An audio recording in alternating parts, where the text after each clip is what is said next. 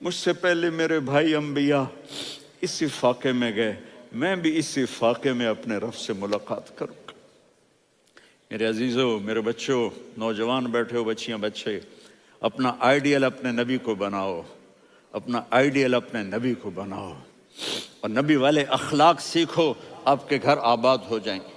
برداشت کرنا سیکھو، معاف کرنا سیکھو،